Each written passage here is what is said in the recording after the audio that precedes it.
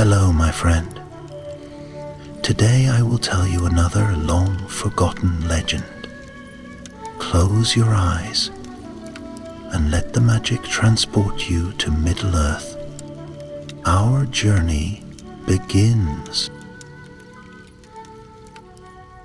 In the soft hush of twilight, where the winds whisper like old friends through the reeds, there lies a river older than kings and deeper than memory, the Anduin. It winds through Middle-earth like a silver thread of fate, its waters glistening beneath starlight and moon. From the mist-veiled springs of the north to the salt-kissed mouth of the sea, it carries more than water. It carries story, and on this night, a night wrapped in fog and stillness, the river begins to murmur one such tale, ancient as twilight and tender as the first sigh of dawn. Larathian stood alone beneath the trembling stars, her cloak stirring in the breeze. She was tall and fair, her elven features kissed with sorrow and grace. The forest behind her was silent, Mirkwood's shadowed breath held at bay, and before her stretched the wide ribbon of the Anduin, calm, patient, watchful. She had walked long, longer than any mortal could imagine, and though her step was light, the burden she bore was old and heavy, not of gold or stone, but of memory, the kind that lingers not in the mind, but in the soul. She knelt by the bank, her fingers skimming the cool surface. The water shimmered beneath her touch, as if recognizing her presence. For long she sat there, listening to the wind, the trees, the subtle voice of the world. And in the river's rhythm she heard it again, that faint, sorrowful call, like a forgotten song carried by the current. In another time, long before shadow gathered again in the east, she had dwelled in Lothlorien, under the golden leaves of Galadrim trees. But time was ever changing, and so too were the hearts of those who lingered in the world's gentle decay. Now she walked the borders not of lands alone, but of light and darkness, of remembrance and fading. From the edge of a nearby thicket came the sound of footsteps, soft, wary, deliberate. A figure emerged, clothed in the garb of Gondor, a long cloak drawn close against the night chill. He paused when he saw her, not out of fear but reverence, for even to mortal eyes the Eldar bore an otherworldly light, like starlight reflected on still water. "You are far from the white towers of your city," Lair the Earth said, her voice like the wind through leaves. The man nodded slowly. "And you are far from Lothlorien's golden boughs, my lady." "I no longer call any place home," she replied. "Only the road remains." He approached with measured steps and sat beside her, though not too close. The firelight of the stars danced in his eyes, which were clear and gray, full of questions not easily voiced. "My name is Beregond," he said, though she had not asked. "A soldier once, a guard of the citadel. But now," she looked at him gently, "now you wander." He nodded, and for a long time they were silent. Two shadows at the edge of the world, watching the river speak to itself in murmured eddies and sighs. "I have seen too much," he said finally, his voice low. "And yet, not enough. I left Minas Tirith after the crowning of the king. It is not that I mistrust him, nor the peace he brings, but there is a weariness in me, as though something still waits, unfinished, beneath all the joy." Larathien's gaze turned to the east, where the mountains crouched like sleeping beasts, and the land grew darker by the mile. "The war has ended, Yet the shadow's breath lingers, she said. Not all darkness lifts with the rising sun. They spoke no more that night, for the river asked for silence. In its flow they heard the echoes of oaths and losses, of ships that had passed into myth, and of whispers too quiet to name. Anduin, the great river, had seen the fall of kingdoms and the rise of hope. It had carried Elendil's bones and watched Isildur's sorrow drift like leaves upon its face. It had swallowed tears both mortal and undying, it remembered. When the stars began to fade, Larethian stood. "I go south," she said simply. Beregond looked up at her, startled. "To where?" "To where the river leads," she replied. "There is something stirring.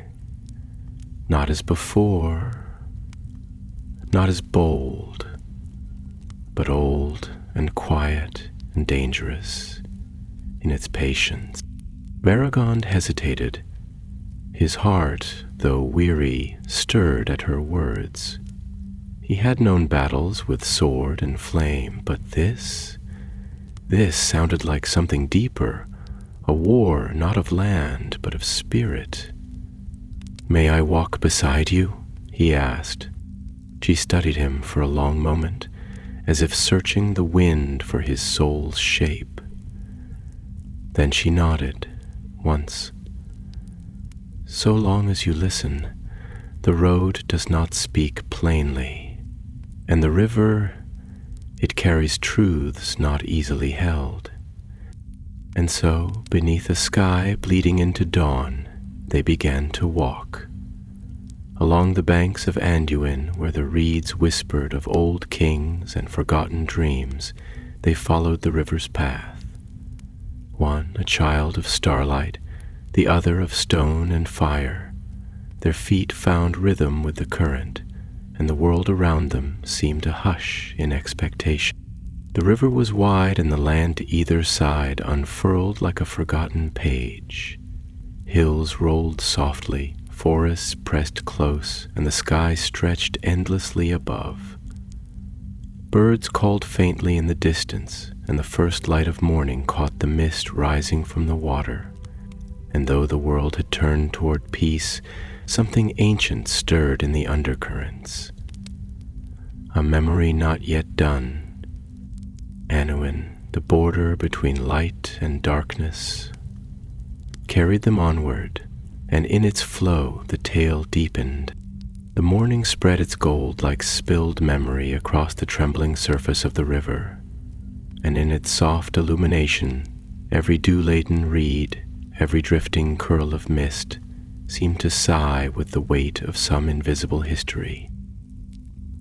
The Anduin, in its quiet grandeur, wound itself into the shape of a mirror, not of faces or forms, but of thoughts yet unspoken, of sorrows unprocessed, and of longings that ran deep beneath the skin like old veins of silver buried in stone. Each ripple whispered with the ghosts of ages past, and the breeze carried with it the scent of willows, cool moss, and the distant smoke of unseen hearth fires, the kind one imagined might still flicker in some forgotten hamlet, where the world had not yet tilted into war and ruin. They walked side by side, though not always in perfect rhythm, for Larethian's stride was lighter and strangely without sound, as if the land itself had consented to her presence and bent beneath her feet. Beregond's step was steadier, more deliberate, the pace of a man used to moving through stone corridors and war camps, through nights where the only thing keeping the dark at bay was the warmth of a comrade's voice or the distant gleam of a beacon fire. But now the only fire was the growing sun, and the only voices were their own, hesitant, half-formed, like the beginnings of a song not yet remembered. The silence between them lasted until the sun had risen clear above the tree line, scattering light across the water like the laughter of forgotten stars.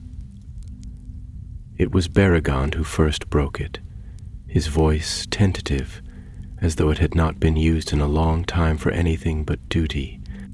"I have wondered," he said, eyes fixed on the slow, deliberate turn of the river as it curved around a grove of silver-barked birches.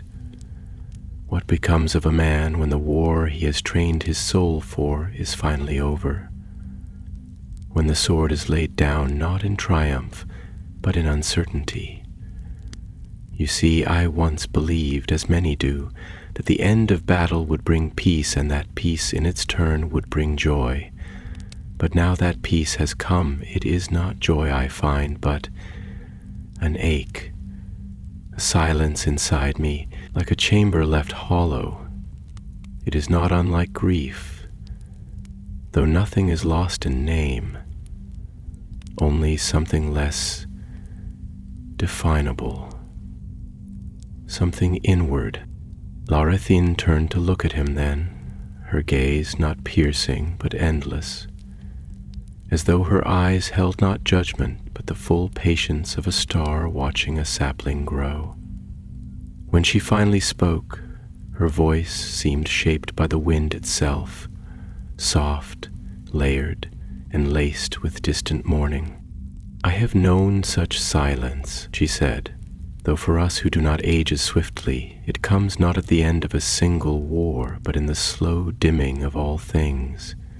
Imagine, Beregond of Gondor, watching the light of a beloved city dim, not with fire or violence, but with time. The laughter of children replaced by silence, not from death, but from their moving on. Even the trees forget your name. It is not that joy is gone, but that it becomes fleeting, weightless, like a dream that slips away the moment you try to hold it in waking hands." He listened intently, his eyes narrowing not in skepticism, but in the struggle to fully hold such truth within the bounds of his understanding. He looked then to the trees that bent low over the water, their branches trailing in the current like tired arms longing to be carried, and he felt that sense again, that vague, aching empathy with the world's stillness. "I suppose," he said after a long pause, "I had thought that memory might serve as anchor, that remembering what we fought for, what we lost, might tether the soul. But memory, it seems, has edges. It keeps cutting, even as it preserves. I remember my captain's final breath, the way his hand gripped mine even as his eyes grew distant. I remember the sound of the horns when the city burned and the people screamed, but I do not remember what I felt in those moments, only that I was moving, doing what needed to be done. Now, in the stillness, I feel it all at once, and it is too much." Larathina nodded slowly, her silver blonde hair catching the wind and drifting behind her like a trailing veil spun from moonlight. "Memory," she said quietly, "is not unlike the Anduin. It flows whether we will it or not, carrying with it both the fallen leaves and the golden sun. You cannot choose what drifts to the surface, only whether you will watch or turn away." For a time neither spoke. The forest around them deepened, the path narrowing as it followed the river's gentle descent. Sunlight scattered through the canopy in delicate shafts, illuminating motes of dust that danced like tiny, flickering spirits. Birds sang not with urgency, but with wistful cadence, as though rehearsing old songs they feared might soon be forgotten. The land itself seemed to breathe, and in that breath there was both solace and sorrow. Beregond, after a long silence, said softly, "It is strange, but I feel as though the river watches us, as if it knows what we do not yet speak." Larathian gave a faint, knowing smile. It does. The river remembers. They reached a clearing then where the river widened into a small lake, its surface unbroken and still, save for a single white swan gliding across it with slow, graceful certainty. Here the silence was deeper, not because there was less sound, but because the air itself demanded reverence, as though even the wind had chosen to bow its head. They sat beneath an ancient willow whose roots curled into the water like the fingers of a sleeping god, and for a time said nothing. Only after many long minutes did Baragon speak again, his voice hushed, like a child confessing something long held. "I fear," he said, "that I no longer know what I believe. Not in kings, not in war, not even in myself. The darkness that once crept upon us was a foe I could fight, but the darkness now, it is quieter. It sits beside me when I wake. It asks no quarter and offers none." Larathian did not answer immediately. She touched the bark of the willow behind her, her fingers moving with reverence over the knotted grooves, and then she whispered, "There are shadows not cast by flame or moon. There are doubts that grow like ivy slowly until they strangle even the strongest oak. But you are not alone in that." He turned to her then, truly seeing her, the weariness behind her stillness, the sadness braided into every line of her face. "And you," he asked, "what is it that you seek, walking the border of light and shadow?" Her answer came slow, shaped with care. "Redemption, not of deed, but of memory. There is something I have lost, not in body, but in the shape of the world. A name, perhaps, a song, a vision that once guided us. And though it may never be found, I cannot bear to forget that it existed, that once, long ago, we walked with the stars inside us, and the trees sang our names in joy." Anduin shimmered at her words, as though stirred by a chord that ran beneath the surface of things. The swan, having reached the far side of the lake, turned without sound and drifted once more toward them. In that moment, beneath the boughs of the weeping willow and before the silent eyes of the river, something passed between them. Not certainty, not peace, but a shared recognition that they were, both of them, wanderers not only of land, but of the fragile space between hope and forgetting. The sun slipped behind a veil of cloud, and the light dimmed softly, tenderly, as if giving them permission to rest. And still the river moved, carrying its memories, its ghosts, its truths, ever onward. The hours unfurled like petals from a withering flower, slow and deliberate, each breath of wind stirring the leaves above them with a sound like the low murmur of forgotten names. The clearing by the river's widening, where the still lake held the swan's unbroken trail like calligraphy upon glass, had become something of a sanctum, not by design, but by the slow encroachment of stillness that rendered time irrelevant. The sun hovered above the tree line like a drowsy sentinel, casting long shadows that reached toward the water as though yearning to return to some primordial source. The willow under which they had taken refuge now swayed with the gentlest of movements, its long tresses trailing toward the surface, caressing it with the care of an aged hand, brushing back the hair of a beloved child. The roots beneath their feet groaned quietly with each shift of the earth, as though remembering the many feet that had passed, the many thoughts that had lingered here and dissipated like dew at first light, The forest around them pulsed with a rhythm that was not quite sound, not quite silence. It was the language of waiting, of breath held, of secrets unshared but deeply sensed. Larethian's gaze wandered to the place where light met water, that trembling seam where air and reflection became indistinguishable. And she spoke at length, not as one who confesses, but as one who recalls a dream with the vivid ache of near forgetting.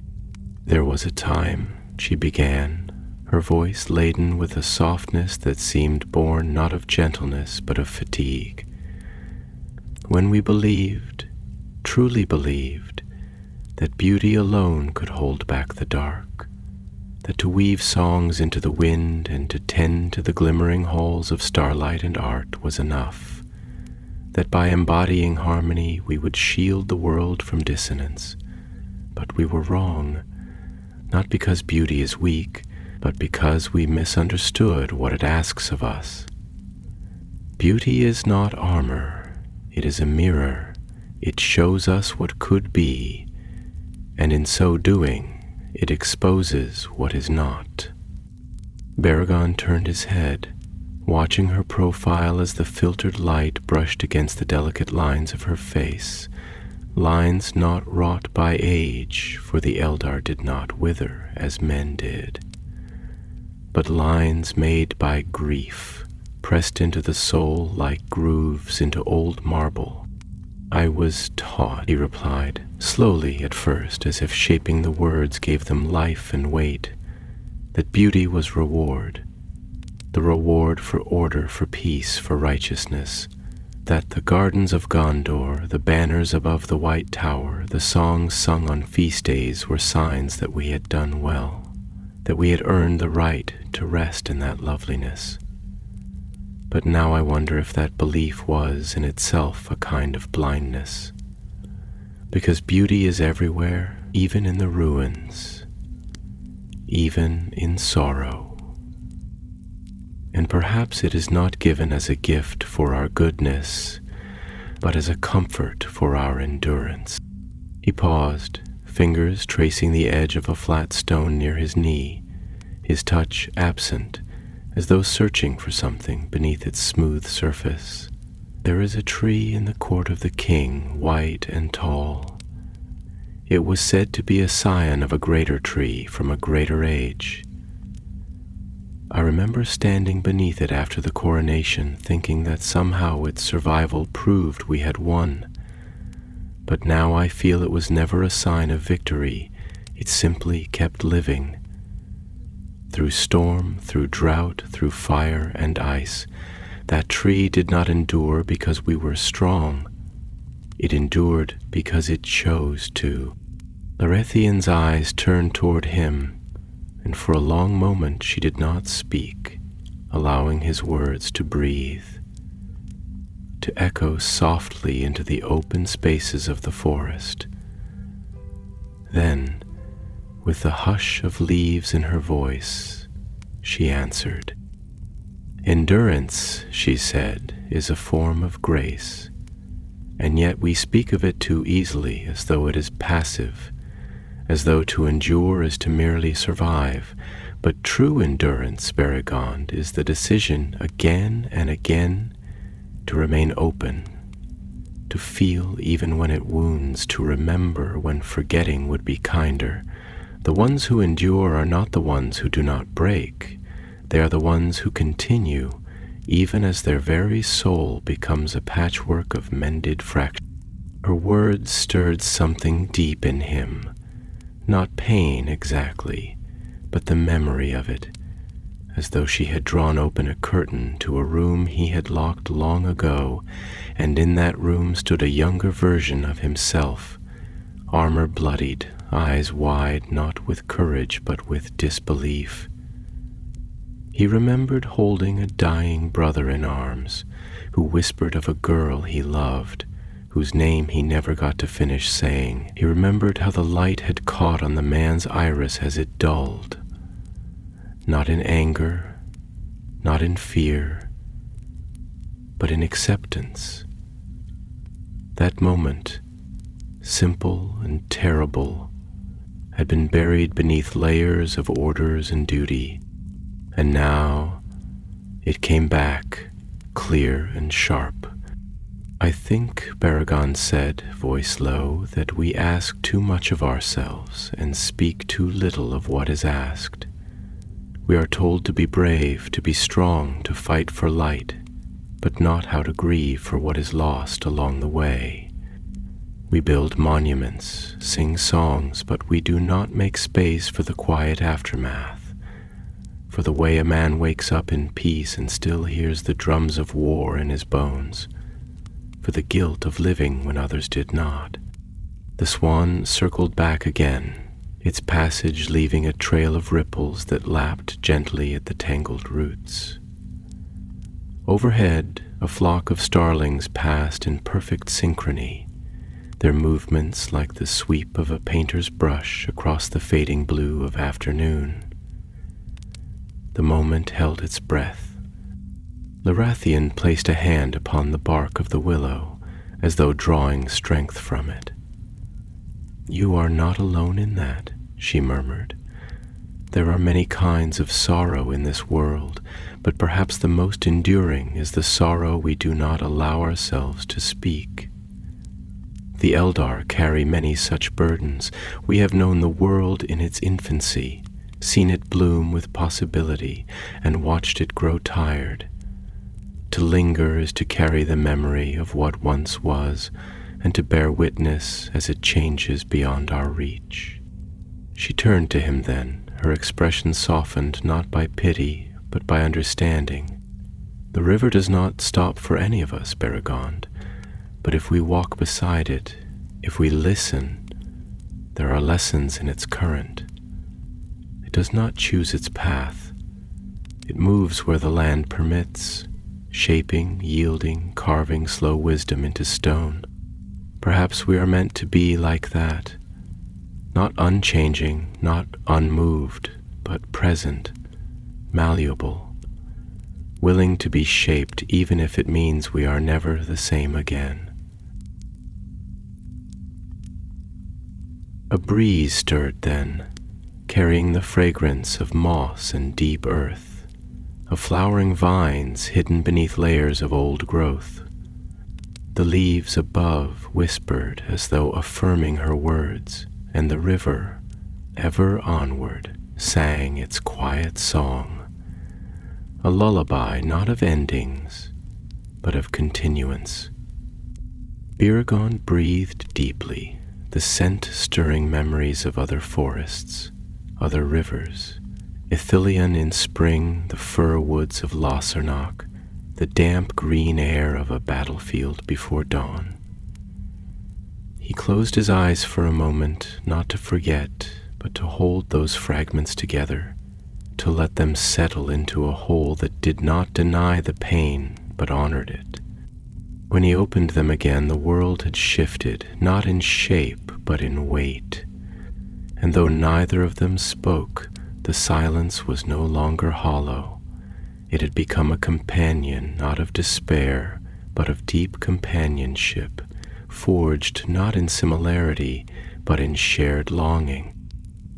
And still the Anduin flowed, its banks wide with memory, its waters cool with time, and its depths waiting for the next secret to be entrusted to its keeping. The forest around them grew denser as the sun slid lower, slipping behind a distant ridge and dyeing the sky in tones of copper and lavender, the kind of dusk that feels like the earth itself is exhaling. Trees, ancient and knowing, loomed overhead with canopies like cathedral arches, their bark furrowed with the weight of centuries. The light scattered through their leaves in trembling beams, casting long, shifting patterns on the forest floor, patterns that moved with the gentle breeze, echoing the shape of dreams and the slow unraveling of thought. Beneath those vaulted boughs, time thickened, not stilled but slowed, like honey trickling down the inner walls of a glass jar. Every sound, a bird's call, the rustle of a distant animal, the breath of the river, became more vivid, more sacred, as if nature had drawn a curtain against the wider world and welcomed only those willing to walk slowly, speak gently, and feel deeply. Larathian and Beregond moved along the river's edge with the silence of those who have found a rhythm beyond words, a rhythm woven from shared breath and the subtle music of water against stone. The Anduin, broad and contemplative now, had grown quieter as the terrain softened into meadows laced with alder and ash. The trees bowed low to the water, their roots trailing into the current like offering. Dragonflies hovered above lilies in shimmering stillness, and every now and then a fish broke the surface with a gentle plop, a fleeting reminder that life below stirred even in the quietest depths. After a time, Larathian spoke, her voice barely louder than the breeze. When I was young, younger than you can fathom, I believed that the soul of the world resided in light, that the morning's gold, the silver and moonlit leaves, the deep fire of stars, that these were the truest expressions of the divine. But over the ages I have come to see that darkness is not its opposite but its sibling. It is the silence into which light sings. Without it, light becomes too loud, too blinding. Darkness teaches us to look more closely, to listen more deeply. It is the veil behind which meaning waits. Beregond glanced at her, his face caught between curiosity and quiet awe, his eyes absorbing the nuance of her words as if they were drops of water falling into the still pool of his own uncertainty. "I've feared the dark for most of my life," he admitted. "Not the darkness of night, not the absence of sun, but the other kind, the darkness that waits within, the silence that follows battle, or the moment before sleep, when the mind is no longer distracted by noise or duty. I used to drown it with training, with purpose, but now, in this stillness, I meet it more often. It comes to me in the shape of questions I never asked during the war. What does it mean to have survived? Why do I remember the faces of the fallen more clearly than the ones who lived?" He paused, inhaling deeply the mingled scent of pine resin and river mist, and exhaled slowly, as though the act of breathing might help carry the weight of his own reflection. "It's strange," he continued, his tone more distant now, more introspective, "but the silence of peace is louder than the clamor of war. In battle, everything is immediate. Life narrows to a single point of purpose. You know where to stand, where to strike, who to follow. But peace is vast, like this river. You think it will bring comfort, but instead it opens a space so wide, so undefined, that you begin to fear being lost within it."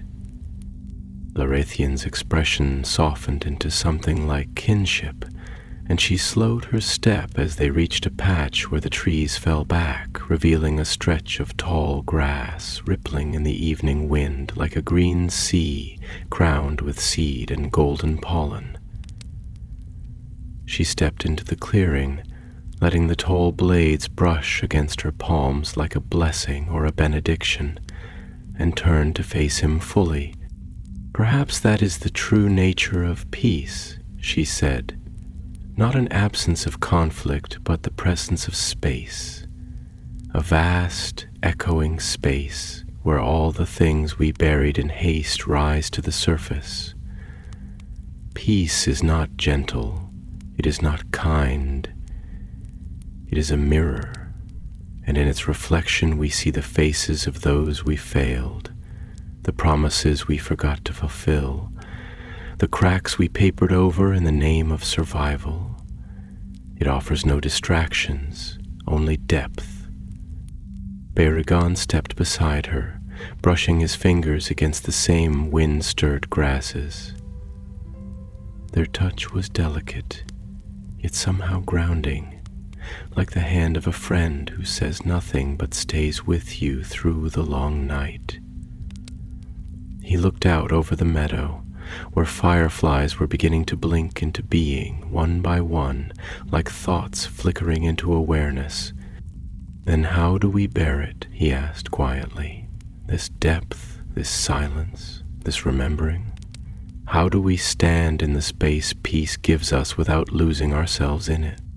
Larathian's gaze drifted to the horizon, where the last threads of sunlight painted the sky in hues that defied naming. Colors that seemed pulled from the dreams of ancient trees and the final notes of forgotten songs. Her voice, when it came, was low and slow, as though spoken more for the wind and the stars than for any ear. "We bear it," she said, "not alone. That is the first truth. The world is full of travelers, not only those with feet upon the road, but those who carry weight in the unseen ways. Hearts that bleed in silence, minds that echo with the cries of those long buried. When you speak of your pain, you do not cast it away. You invite another to carry it with you. In this way, memory becomes not a burden, but a bridge." She reached down then, plucking a small white flower from the grass, a star blossom, delicate and luminous in the growing dark, and held it in her open palm. "And we bear it by noticing," she added, "by seeing that even here, even now, something grows, not to erase the past, but to root itself in it. This flower does not forget the storm that broke the boughs above. It grows in their shadow. It turns its face to the moon." Baragon stared at the blossom for a long time, and a part of him, the part that had once marched beneath banners, that had shouted orders into the wind and drowned sorrow with ale and song, began to quiet. Another part stirred, older, more tender, a memory not of battle, but of the garden his mother had tended in the lower city, the way she used to hum without words as she moved among the herbs, her hands always gentle, always sure. He had forgotten that memory, or perhaps it had simply waited for the right stillness in which to rise. "I think I begin to understand," he said softly, "that the path forward is not found by forgetting, but by weaving what we remember into something new. Not to carry the past like a stone, but like a seed."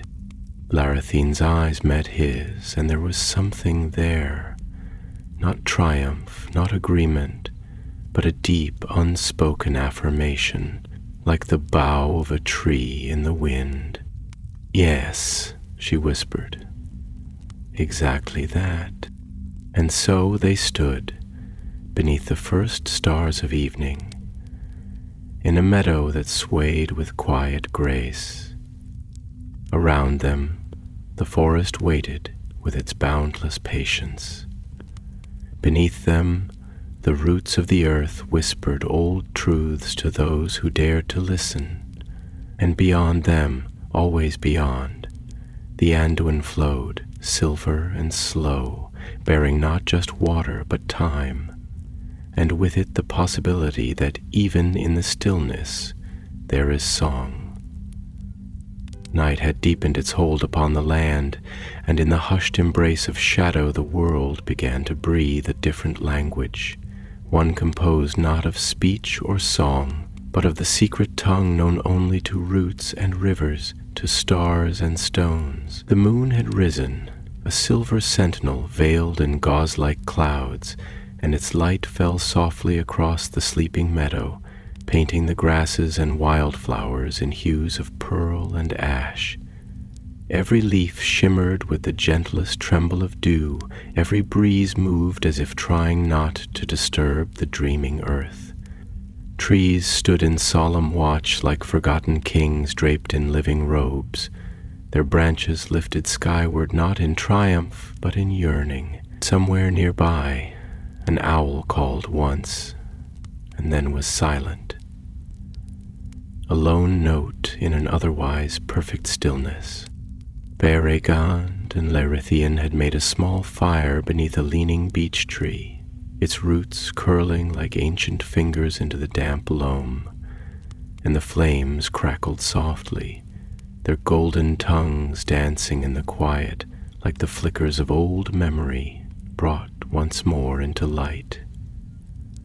The fire's warmth cast long shadows on their faces, not hiding their weariness but gilding it, as if the tiredness were a kind of sacred relic rather than a flaw. They sat close but not touching, a closeness born not of necessity but of shared reverence for the quiet between them, for the hush that had grown deeper and richer with every mile they had walked beside the Anduin's flowing heart. It was Beregond who spoke first this time, his voice hushed, not by fear or reluctance, but by the solemnity of reflection. "There is something I've never spoken of aloud," he began, his eyes fixed on the fire, though it was clear that what he truly saw lay far beyond the reach of flame or sight. In the days after the siege, after the screams had faded and the stones had cooled and the carrion birds had taken their fill, I walked the broken streets of Minas Tirith as if through a dream. Not because I was dazed by victory, nor even by sorrow. It was something else. An emptiness, hollow and echoing like walking through a city built from the ghost of your own breath. I had always believed in my soldier's heart that survival would be its own kind of peace, that living, simply living, would be enough. But when it came, I found it asked more of me than war ever had. Because war gives you direction, peace demands purpose, and I could not find it. He paused, and in that silence the fire crackled a little louder, the wind sighed through the tall grass, and the river's distant murmur seemed to lean in, as though it too was listening. I would walk the walls at night, long after the gates were closed and the torches dimmed. I would stare out across the Pelennor, now grown still, and I would wonder if any of the men buried beneath that soil had found what I could not. I envied them in a way, not because they were gone, but because they were complete. Their story, however tragic, had an ending. I was a page, left blank at the end of a blood-soaked chapter. Larithian turned toward him, the firelight dancing in her eyes like a galaxy caught in slow motion. She did not answer immediately, and when she did, her voice carried the slow cadence of trees growing, of stars watching. "Many think peace is a return," she said, "a return to what was, to what should have been, to the self they left behind when the horns first called them to arms. But peace, as you have learned, is not the end of the story. It is the beginning of another, and one we are rarely prepared to write. In war we are given a script. We are told who to fight, what to protect, what must be sacrificed. But in peace the lines are gone, and we must become the authors of our own purpose. That is a burden many are not ready for, and yet it is the most sacred task we are ever given." She reached out, not to touch, but to gesture toward the sky, where the stars wheeled in silent procession, their glimmering bodies woven into constellations older than any kingdom. "You see those stars?" she asked, her voice softer than breath. "They are not where they once were. Slowly, imperceptibly, they move. Even they are not fixed. And yet, we look to them as if they are our anchors, our absolutes. Perhaps that is the lesson, that even the things we trust most must change, and that change is not the betrayal we fear it to be, but the unfolding of a longer, greater song." Beregond followed her gaze, letting the cool brilliance of the night sky press against his thoughts. There was something strangely comforting in that truth, that even the stars wandered, that even light needed to shift to remain real. "I was afraid," he said after a while, his tone no longer filled with the strain of confession, but with the trembling openness of a wound exposed to healing air. "Afraid that if I admitted I was lost, I would never be found again, that I would unravel. But now I think the unraveling is the beginning of becoming. I see it in the river, in how it bends without breaking, in how it holds everything that falls into it, leaf, stone, ash, and carries it forward, not erasing it, but making it part of the whole." Laerthian smiled faintly, and the expression, though small, held the grace of old moonlight reflecting on snow. "There is wisdom in the river," she said, "for it teaches us that movement is not abandonment, that letting go is not forgetting.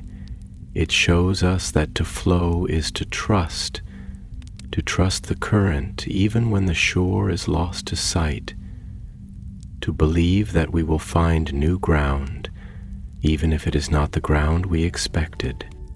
A log shifted in the fire, and a brief tower of sparks danced upward before vanishing into the night. The silence that followed was not empty, but full, filled with the weight of shared memory, of hard-earned truths, and of the strange, fragile comfort that arises when two souls speak honestly and are heard. Beregond leaned back against the tree behind him, feeling its bark against his shoulders like the spine of an old friend, and closed his eyes. Not to shut the world out, but to feel it more deeply, to hear the river's song in the stillness of his blood, to let the whisper of leaves fold around his thoughts, to sense the pulse of life that flowed quietly, persistently, even in the wake of ruin. In the distance, a fox barked once and was answered by another. The wind shifted slightly, carrying the scent of water and lichen, of earth damp with memory and possibility. And somewhere far downstream, the Anduin continued its slow, eternal journey, carrying not only water, but story, pain, and hope, as it had always done, as it would always do. It moved not toward ending, but toward becoming, and beside its banks, beneath the dark cathedral of the trees, two souls sat in silence. Not because they had nothing more to say, but because in that moment they were finally beginning to listen.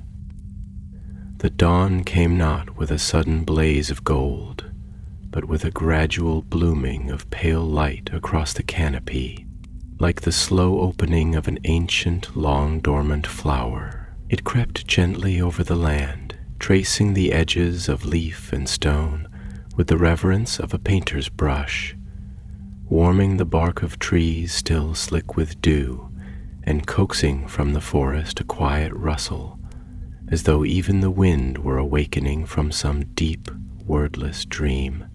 A soft mist clung to the ground, curling in the low hollows like forgotten breath, and where the river wound beneath the veil of trees, its surface mirrored the shifting sky above, a canvas of blush and pearl, painted anew with every passing second. The world had not stirred fully yet. It lingered on the threshold between sleep and waking, a sacred moment when time seemed to hesitate, as though reluctant to proceed. Eragon stood at the edge of the water, his boots darkened by the moisture clinging to the moss beneath them, his hands loose at his sides, not in readiness but in openness. His gaze followed the gentle current, and his thoughts drifted with it.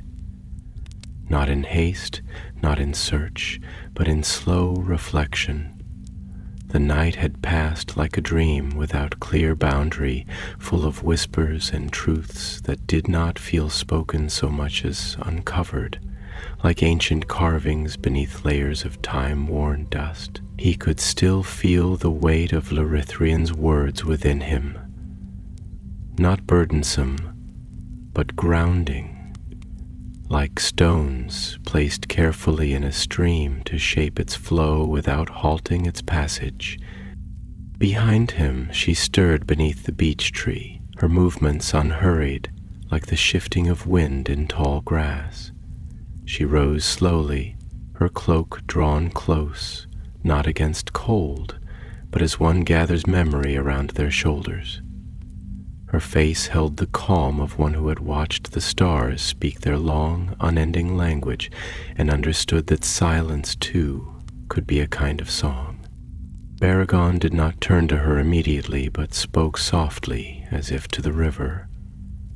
"I have wondered," he said, "if peace is truly what we believe it to be, a state, a season, a stillness, or if it is something more elusive, something that lies not outside us, but within the quiet spaces between thought and action, between the self that fights and the self that waits."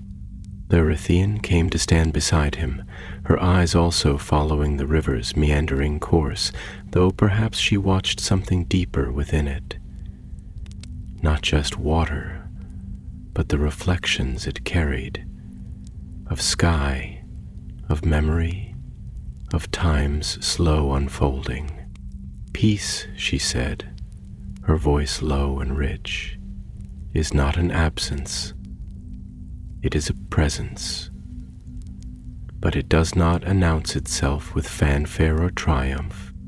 It comes like morning mist, soft, persistent, and easily missed by those who look only for fire. It is found not in what is resolved, but in what is accepted, not in the silencing of pain, but in its hearing." He turned to her then, his expression open, vulnerable in a way that required no explanation. "And yet, how can we accept what we still do not understand? How do we sit with wounds that do not bleed but ache?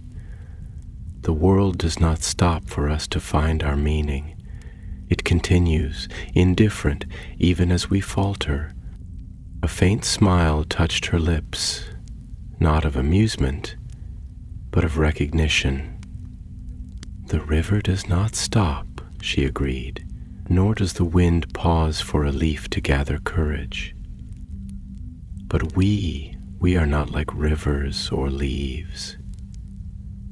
We are made of story, and stories do not require resolution to hold meaning.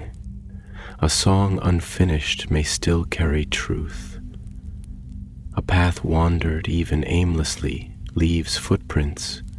The question is not whether the world waits, but whether we are willing to walk alongside it, even when we do not know where it leads." They fell silent again, and in that silence the forest awakened. Birds called to one another from high branches, their cries clear and bell-like as though celebrating the light's return. Squirrels darted between the roots, their quick movements stirring the underbrush, and somewhere far off a deer stepped delicately into the water for its morning drink, unaware, or perhaps fully aware of the two figures who stood like statues at the river's edge. Beregond knelt then, cupping water in his hands, letting it slip through his fingers as though trying to understand its nature by touch alone. He watched the droplets fall, catching the morning light in a prism of shifting color, and he spoke again, his words heavy with thought.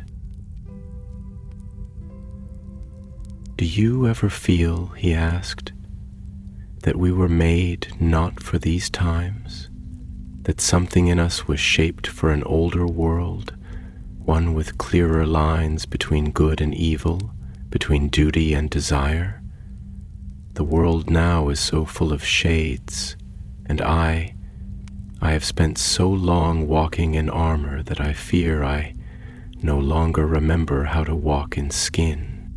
Larathine looked down at him, and her expression deepened into a kind of sorrow, not for him, but with him, as one who recognizes a reflection within another's pain.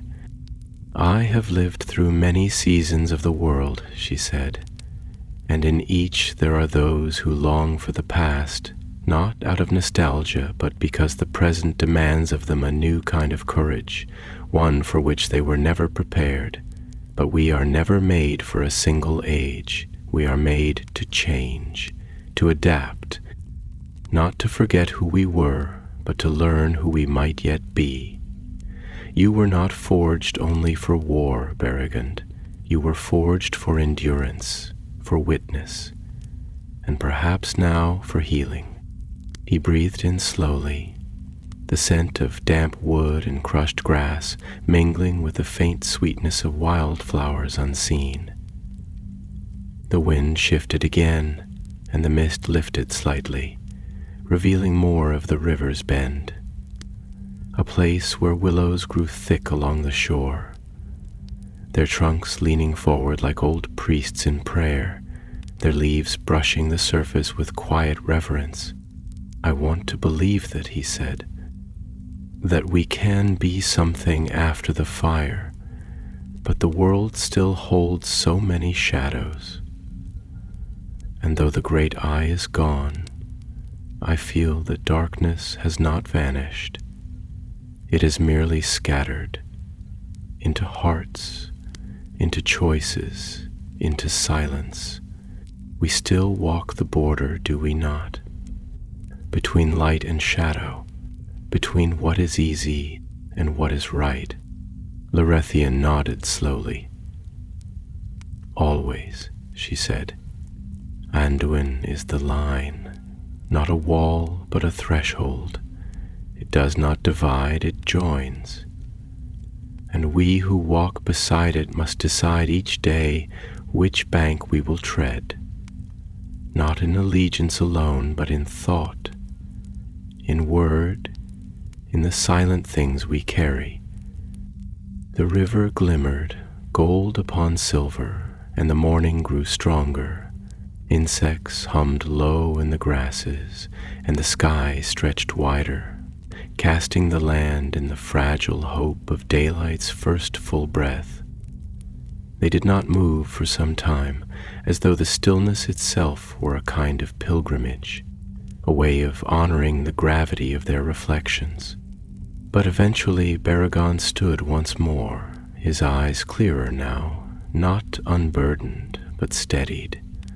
And as they gathered their things to continue their journey southward, the forest opened before them like a page in a book half written.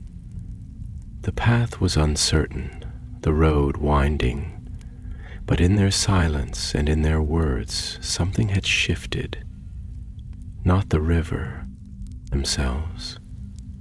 The path along the river narrowed as they moved southward, its once wide banks now encroached upon by trees whose roots reached hungrily for the water, gnarled and grasping like old hands seeking the memory of touch.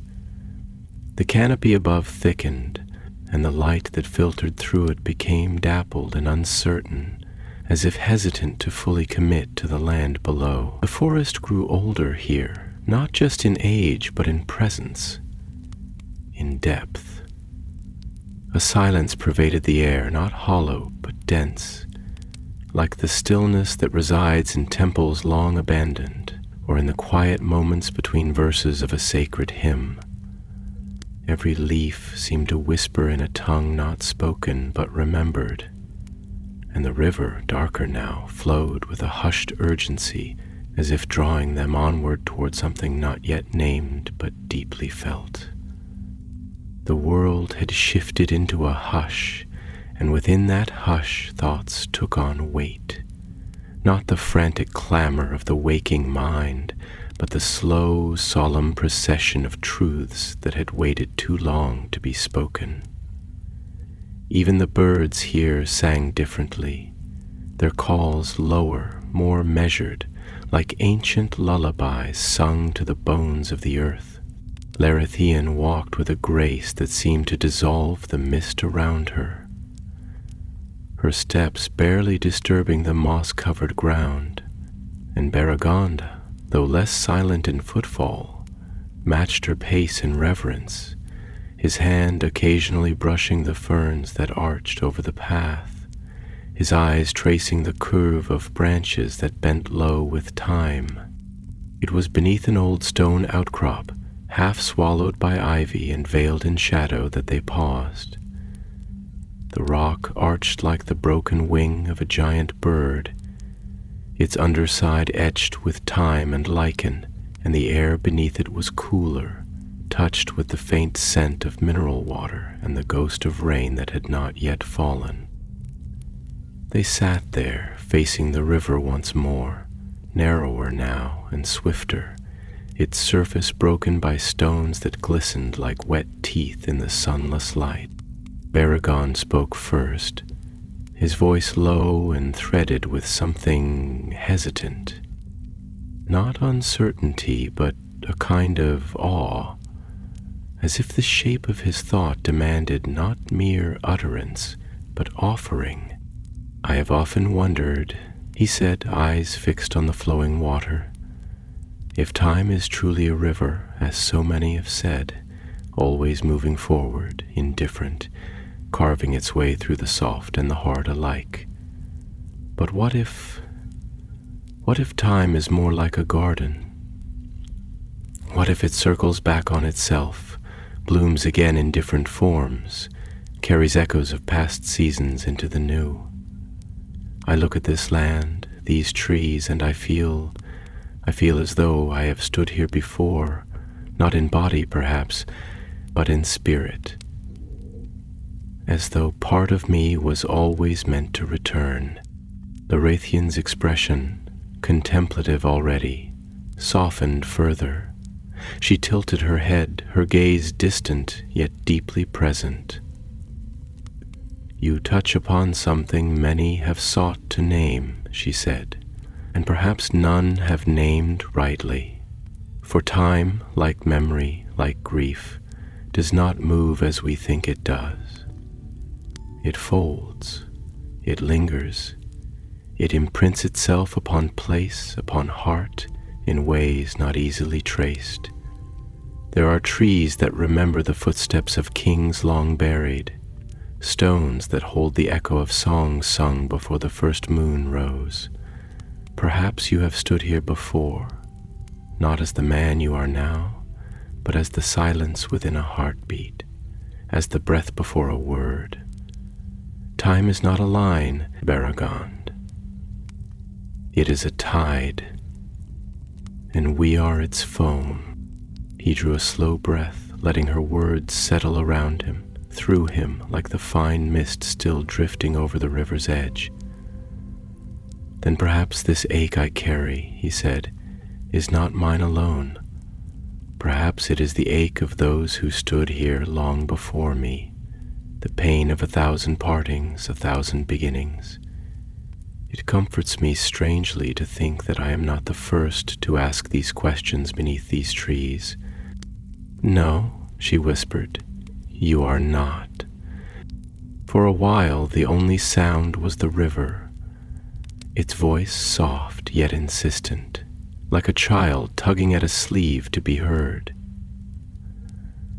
And then Larithian spoke again, more slowly this time, as if choosing each word with the care of one placing stones across a riverbed, building a path across something deep and unseen. "There was once a grove in Doriath," she said, and her voice took on a different cadence, the timbre of memory, a circle of beeches so ancient their bark had turned silver, and beneath them grew flowers that glowed at dusk, not with magic but with remembrance. It was said the grove had been touched by Luthien herself, and her sorrow had made the roots run deeper, the petals bloom longer. I went there once, in a time of silence after war. I was young, though not by the counting of men. I sat beneath those trees and felt the sadness of the world not as burden, but as breath, not as something to be escaped, but as something to be shared. Bergen looked at her then, and in his eyes was a question not yet formed, a yearning to understand the shape of sorrow, not just as shadow, but as story. "And did it help," he asked gently, "to sit there among the memory of sorrow?" She did not answer at once. Instead, she reached down and gathered a handful of river stones, letting them tumble slowly between her fingers, each one clicking softly against the next, like old voices meeting in the dark. "It helped me see," she said finally, "that sorrow does not vanish with time, nor does it consume. It transforms. It becomes part of the music. Like the low note in a chord, it gives shape to the joy. Without it, the melody would be thin. In that grove, I learned to carry my sorrow not as a wound, but as a well, and from it I have drawn strength." Bergon nodded slowly, his heart stirring with the first embers of a truth long buried beneath armor and oath. "Then perhaps," he murmured, "that is why we are drawn to the river, because it too carries sorrow and song in equal measure, because it remembers what we forget, and forgets what we cannot bear to remember."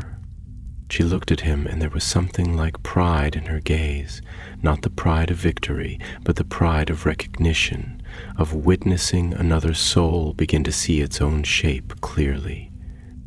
"You are beginning to listen," she said softly. "Not to me, not to the river, but to yourself." And with those words, the wind rose gently through the trees, rustling the leaves like pages turned by unseen hands. The light shifted subtly, casting the river in hues of blue and gray, and the mist thinned until the water's far bank was visible once more. A line of shadowed green, waiting, not as an end, but as the next line of a poem yet to be spoken. They rose together, not in haste, but in reverence for what had passed between them in the shelter of that stone outcrop, and as they stepped once more onto the path that followed the river's winding course, the forest seemed to bow in quiet blessing. The Anduin, its song deepening with each mile, beckoned them onward, not to a destination, but to a continuation, not to a place, but to a truth.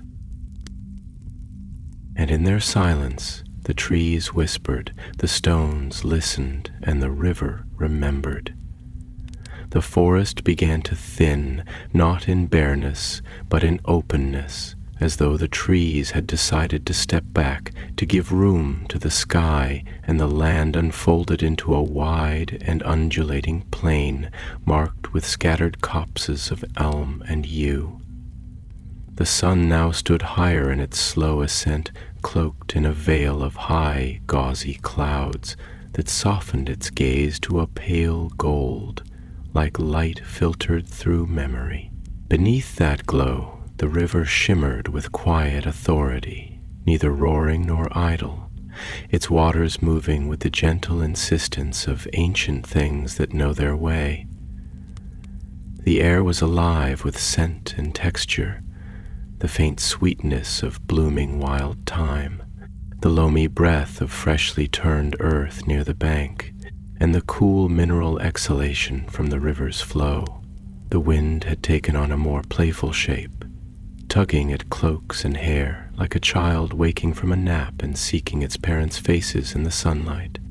They walked now across a stretch of land dotted with wild flowers, purple columbine, white meadowsweet, blue flax that bowed gracefully in the wind as though acknowledging the passage of time and its weary travelers.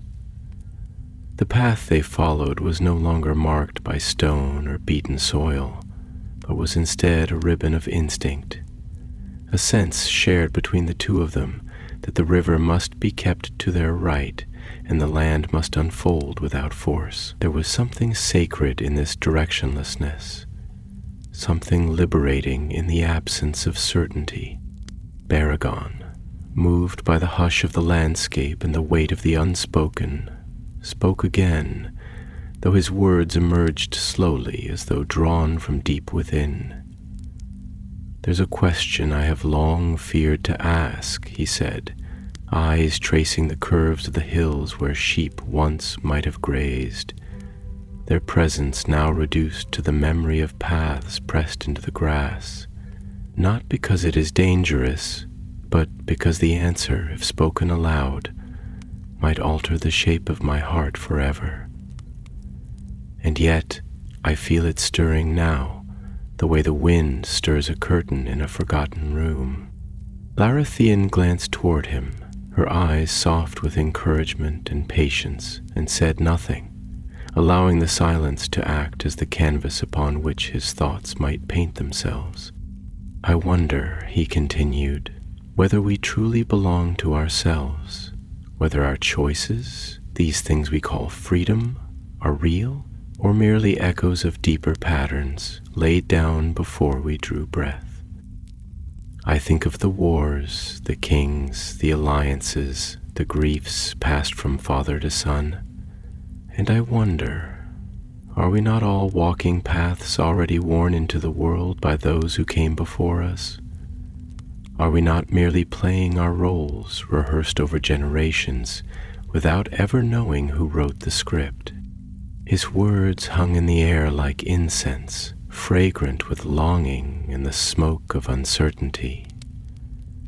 Larathian did not reply immediately, but looked out across the river where a heron stood still as carved alabaster, watching the water for motion, or perhaps for meaning. When she finally spoke, her voice was not didactic or certain, but layered, as though composed of many lives' worth of reflection. "I have asked that question," she said, "not once, but many times in many forms, when the trees I loved were felled to make ships for war, when the stars disappeared behind the smog of fire, when friends faded into legend and lovers into silence. And what I have come to believe, not as doctrine, but as comfort, is that we are both authors and inheritors. The world is a tapestry already begun, yes, but each of us carries a needle, and though we may not choose the loom or the pattern we choose how we thread it. Our hands tremble, our eyes tire, but still we create." She turned to him then, her gaze not distant but piercing, the kind of gaze that sees not what you show, but what you bury.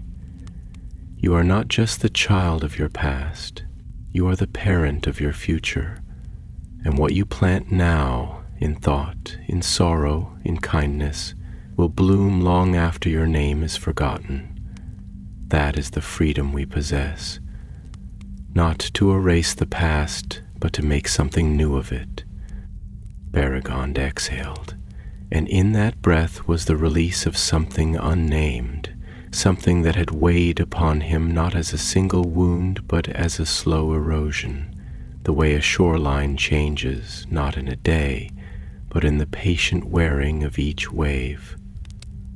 He looked down at his hands, scarred from years of war and weather, and wondered at how much they had held. Swords and shields, yes, but also hands, letters, the heads of sleeping children in his arms before battle. Could such hands truly shape the world anew? Could he become something other than what he had been? Sometimes, he said, I feel that my heart is like a field after fire, charred, silent. And yet, I've heard the stories of seeds that only open in heat, of life that only rises after ash, but still the waiting is long. Lerthian reached out, then not to offer comfort in gesture, but to show the bridge of her own vulnerability, and she said, yes, the waiting is long, and the fire, though past, leaves its taste on the wind for years, but there are roots that survive, roots that drink from deeper springs beneath the scorched soil, and you, Beregond, have roots deeper than you know. As they continued walking, the wind shifted, and with it came the scent of water lilies and willow bark, a smell that reminded Beregond of childhood, of days spent beside the stream near his mother's home, where he once listened to frogs and watched clouds drift, not knowing then that war was a word that would one day shape his every breath. The memory rose in him not with pain, but with a strange gentleness, as though the boy he had been was reaching back through time to remind him. There was once a time when peace was not a question, but a given. He stopped then, staring at the river, at its clarity, its persistence. Do you think, he asked, voice barely above the sound of water over stone, that it is possible to forgive ourselves for surviving? The question silenced even the birds for a breath. Lerthian stood beside him, unmoving, as though the wind itself waited on her reply. Forgiveness, she said at last, is not a gate. It is a path, and it does not begin with declaring ourselves innocent. It begins with understanding that survival is not theft. You did not steal life from the dead. You carry it. You carry them. In your choices, in your regrets, in the way you now listen to the world. And when you plant beauty where once there was ruin, you honor them more than tears ever could. A single leaf fell from an overhead branch, caught in the wind, spinning slowly before it touched the water and joined the river's long, unending passage. Beregond watched it until it was gone from sight, then nodded, not in conclusion, but in beginning. They walked on, the land changing subtly with each step, the hills growing taller, the river broader, and somewhere ahead, though neither of them yet saw it, the light would return, not with trumpets, but with the hush of a petal opening at dawn. Gentle, certain, and without need for words. The light had changed once more, subtly, imperceptibly at first, but now so completely that it seemed to have carried the world into another realm. Not of day nor of night, but a twilight steeped in gold and rose, as if the sun in its slow descent had chosen not to fall, but to linger a little longer upon the shoulders of the earth. The trees here had grown taller again, but not with the brooding density of the northern woods. These were willows, birches, and slender alders, their pale bark glowing with the softness of old ivory, their leaves shivering faintly in a wind that was more whisper than motion. The Anduin, vast now and dignified, had slowed its pulse, no longer hurrying between stones or meadows, but moving with the solemn grace of an ancient procession, wide enough to reflect the full breadth of sky, deep enough to swallow the stars. They had walked in silence for some time, not out of weariness or lack of words, but because silence itself had become a companion, rich and layered, a tapestry upon which their shared contemplations embroidered themselves without sound. Around them the riverbank unfurled in gentle curves, blooming with late summer flowers, whose names Beregond did not know. Dusky blossoms that smelled of dusk and memory, petals soft as breath. The air had grown heavy with scent, water and pollen, the dry crumble of distant leaves, and something older still, a scent like the first rain after fire, a scent that lived at the edge of language. The Rithian, who had moved with the poise of a dream all day, now paused at a bend in the path where a great oak leaned over the river as though confiding secrets into its current. Her gaze rested not on the horizon but on the water, and her face bore that look Beregond had come to recognize, a look of layered stillness, like the surface of a lake that hides vast, shifting truths beneath its calm. "There is something," she said at last, and her voice carried the cadence of thought refined over long hours of inward labor, "that I must share with you before the river carries us too far south. It is not a confession nor a lesson, but a thread I must unspool, lest it remain tangled in the corners of my silence."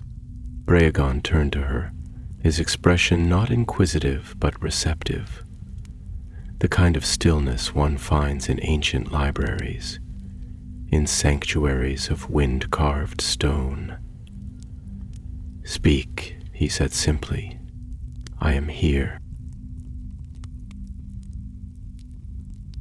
And she did. "There was a time," she began, "when I believed that the grief of my people could be borne alone, that the weight of the ages, with all its failings and glories, was ours to carry silently, lest the younger races falter under its shadow. We were taught, gently but firmly, to guard our wisdom, to hold our memories like fire, not to scorch, but to warm from a distance. And so I lived, as many of us did, with dignity, with restraint, with the solemn understanding that some burdens are not meant to be shared. But the truth I have come to understand is this: silence is not always protection. Sometimes silence is the very thing that lets the darkness grow unchecked." She stepped closer to the riverbank, her hand brushing the tall reeds that stood like sentinels at the water's edge. Her fingers lingered there, stroking the cool, damp stems, and her eyes grew distant, focused not on the world before her, but on a memory so deep that even the river might not recall it. "I stood once on a hill in the south," she continued, "during the waning of the Second Age. The war had ended, one of many, and the sky was alight with the strange hush that follows great loss.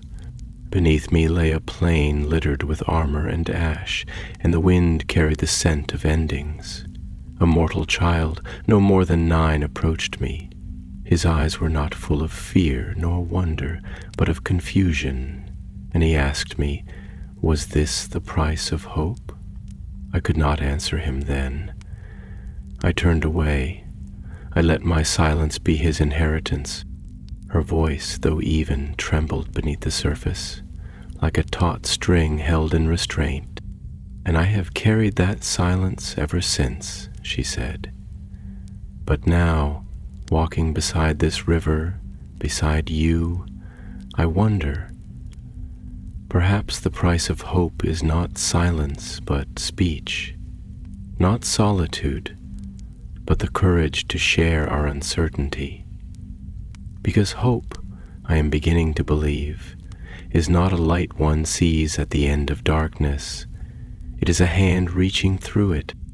Varagon's breath caught at that, not because the words were grand, but because they were so quietly true, they slipped past the armor he wore even in peace. He moved closer and for a time said nothing, allowing her grief to echo without interruption, without reply. And then he spoke, his voice low, careful but steady. "When I was a child," he said, "my father once told me that there are two kinds of stories, those we inherit and those we live. I didn't understand then. I thought all stories were told, not lived. But after the war, after the blood and fire and the slow rebuilding of what we thought had ended, I began to see what he meant. We carry within us the tales of those who came before, their choices, their wounds, their dreams, and we shape them, sometimes unknowingly, with our own steps. I look at my hands now and see not just the battles I've fought, but the legacy of hands that held me, struck me, blessed me. We are not made whole by forgetting. We are made whole by understanding what we carry and why." He looked at her then, his gaze filled with the quiet sorrow and fierce reverence that only comes when one's soul recognizes the long road walked by another. "So yes," he said, "hope is a hand, but it is also a story. And in this moment, I believe we are writing one not born of war, but of witness. And that may be the most enduring tale of all." The river, as if stirred by their words, glimmered with new light, reflecting not only sky but something deeper, a golden thread, faint yet unbroken, weaving across the current like the edge of a forgotten song made new. They stood in silence once more, not because there was nothing left to say, but because what had been said was enough. For now. And as the sun dipped lower, casting the land in hues of deep amber and soft amethyst, the Anduin flowed onward, steady, ancient and listening. The land flattened slowly as they walked, the undulating hills giving way to long, level stretches of grassland that shimmered in the low light like the pelt of some great sleeping creature. The sky was vast now, impossibly wide, its expanse no longer cradled by mountains or hemmed in by forest. Here the clouds moved with the leisure of old kings, slow and grand, trailing long shadows across the open earth. And before them, the Anduin had become something else entirely. No longer a river bound by banks or narrowed by stone, but a broad silver flood, fanning out across the marshlands like a hand reaching homeward. There was salt in the air now, soft and sharp, and the call of distant seabirds broke the silence, wild ringing notes that felt both strange and ancient, like laughter remembered from a dream. The vegetation changed too. Tall reeds swayed in the shallows, cattails stood like sentinels in the mire, and low bushes bore berries red as old blood and sweet as forgotten summers. The wind came in long, slow waves now, smelling of brine and memory, and the water grew cooler, quicker, tasting of endings. They reached the edge of a low rise, and from its crest they saw the final truth of the river's long journey. The sea, not in fury, not in storm, but in a slow, endless breath, The waters of Anduin poured out into the gulf in glimmering silence, and the sun, now vast and low and heavy with gold, sank toward the western rim of the world. Light and water met like old lovers, like long-separated kin, and everything seemed for a moment to breathe as one. Earth, wind, sea, and the soft beating hearts of two wanderers who had come far not only in distance, but in soul. They stood there a long while, neither speaking, because words would have been too small, too brittle for such a moment. The sea did not roar, nor did it whisper. It received. It received the river, it received the sky, and it received the silence they offered as a final prayer. And at last Baragon turned to Larethezrian, his face washed in amber light, and he said, with a voice that had been made not by one journey but by many, "I thought I would find answers here, or at least some closing, but what I have found is continuation, that nothing ends, it only deepens." Larithian smiled, and in that smile was the wisdom of forests, of stars that outlast kingdoms, of music played not for audience, but for the soul itself. "The sea does not end the river," she said. "It accepts it, and in that acceptance it becomes more. You are not finished, Baragond. You are becoming." They descended the slope together, slowly, and when they reached the shore, Baragond removed his boots and stepped into the water. It was cold, yes, but clean. Bracing, not biting, he stood there with his feet in the current that had carried so many burdens, and for the first time in many years he felt light, not because the weight was gone, but because it had found its place. Behind him, Laticienne lifted her hand and let a single white feather fall from her palm. It caught the wind, danced, and then settled on the water. A quiet offering, a gentle farewell, a sign of something let go and something yet to come. And as the last light of day vanished into the western sea, the stars emerged overhead like soft candles in the sky's deep cathedral, each one a witness, each one a song. The moon rose, silver and serene, and the river sang its final lullaby to the sea.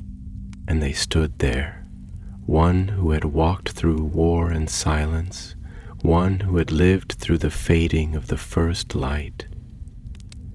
Both changed, both enduring, both held by the border where light meets shadow, where memory meets future, where the river meets the sea. Not an end, but a homecoming, a stillness before the next journey. Anduin flowed onward, and so in time would they.